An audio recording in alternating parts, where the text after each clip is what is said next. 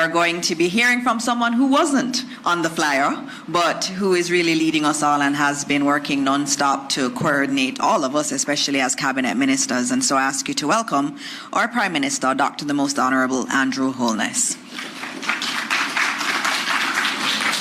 Thank you, Minister. Good morning, Jamaica. We are officially out of the preparation phase. We have done well in the preparation phase. But even the best laid plans would be laid to waste in a Category 5 hurricane. It's as if you have gotten a knockout blow and you are trying to reconstitute, get yourself up off the mat to say, what do I do next? And that was kind of like the impact of Hurricane Melissa. So in the initial phases of the relief phase, it was almost as if it were a scramble. What is the relief phase? The relief phase is that period of time when the authorities of the government, the civil society, private sector, and others seek to mobilize relief for those who are most impacted. What is that kind of relief we're talking about? Food, water, medicine, clothing, emergency shelter, and services, medical services, search and rescue, or in most cases now, search and recovery of bodies. Other services as well, psychological and emotional, the mental health services, and in our case, the desperate effort to restore some form of connectivity, because the loss of connection has also been significant, which adds to the emotional and mental health crisis that we face. Persons trying to get in touch with loved ones, persons feeling disconnected who have, for almost all their lives, relied upon being able to pick up the phone and call a loved one. So in the initial few days, there was a scramble. And that scramble essentially was, my hand is up, I need help, and the system trying to respond to the loudest voices or the most frantic wave of hands. As of today, we are out of that phase. Now, a systematic response will take over in the relief effort. And you would see that the government has made certain actions to ensure that there is a systematic response. Let me say it in another way. I hear the cry of every baby that is now hungry in a community that is not yet reached. It goes to bed with me. And I have to think of it in this way. Do I try myself to jump on a helicopter with a package to reach the baby that is crying? Or do I try to develop a system to get more helicopters in, to get more packages put together, to get more supplies in, to get more support to be able to reach those babies that are crying? While at the same time saying to Keith and Darrell and Minister Tufton, get out there in the scramble. And so that is what you have been seeing. People individually going out there trying to relieve the human suffering. But that is not a sustainable response. The sustainable response is what you would see the government doing now. One, we have to streamline ODPEM, both as the Office of Disaster Preparedness, which that function was done, that phase is over, and now we are in the phase of the emergency management, which is the relief. Now, let's just be clear.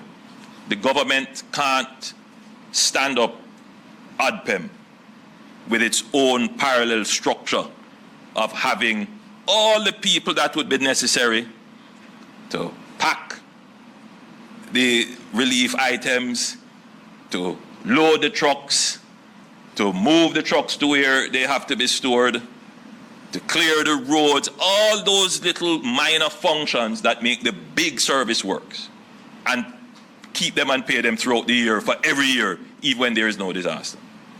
Where that capability exists is in the JDF. It is a multifunctional capability. And so we have to,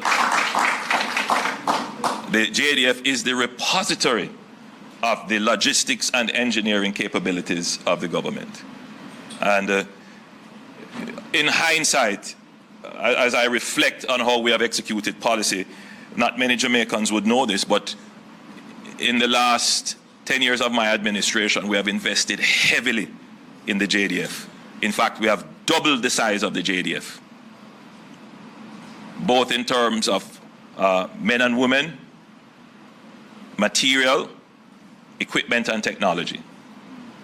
We made an investment a few years ago in expanding our fleet of helicopters, expanding our offshore patrol vessels, expanding our radars, expanding our communications, increasing the number of bushmasters, and expanding the number of units that are in the JDF.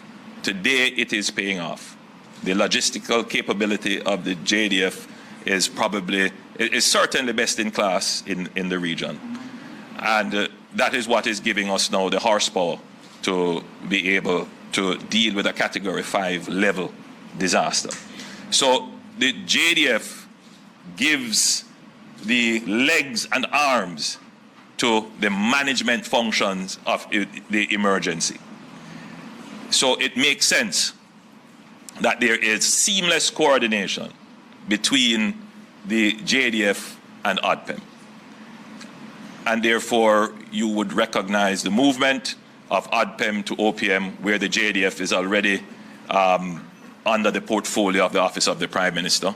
The administration of the JDF as well, which was formerly under National Security, will also move to the Office of the Prime Minister. And we have appointed someone to now head the JDF, the ODPEM, seconded from the JDF. So we expect that there will be seamless operations. Why is this so? In the relief phase, there may be a sense that we will do this for a few weeks. I want to just bring everybody's mind to the reality that this will be a few months operation. And that the country needs to understand this. We have relief entities here. Some of them are capable of carrying out long-term relief.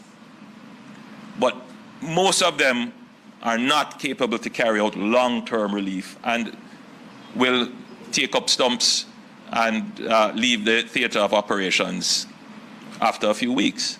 So the government has to have that base capability to be able to sustain the relief effort for a long period of time. And that is what I have been working on, to ensure that your government has that staying capability to bring relief to 6 parishes and other divisions and constituencies in other parishes that are impacted. We don't have the exact number of persons who are impacted, but we can estimate that it would be somewhere in the region of about 600,000 persons. Now think of it. We have never had a sustained operational capability to bring constant relief effort to 600,000 persons and what that requires. So the planning that has to go into that for the logistics and management. Commander Gale has been tasked. The CDS already knows what her task is. They will be working together seamlessly under the administrative leadership of the Permanent Secretary in the Office of the Prime Minister, former Chief of Defense Staff, Rocky Mead.